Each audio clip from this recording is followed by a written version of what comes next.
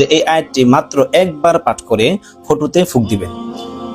আপনি কি এমন কোনো সমস্যায় ভুগছেন? আপনি যাকে ভালোবাসেন সে আপনাকে কোনো পাত্তা দেয় না, আপনাকে কোনো মূল্য দিচ্ছে না, আপনি 24 ঘন্টা তার জন্য কেঁদেই যাচ্ছেন, দোয়া করে যাচ্ছেন, কিন্তু কোনো ফলাফল মিলছে না।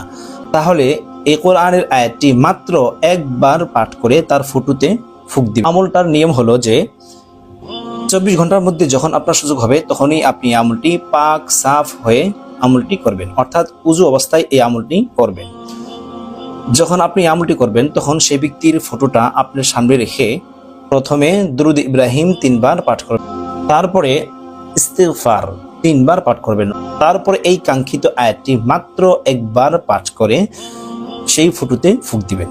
وألقيت عليك محبة مني وألقيت عليك محبة مني وألقيت عليك محبة مني এই আয়াতটি মাত্র একবার পাঠ করে ফটোতে ফুঁক দিবেন।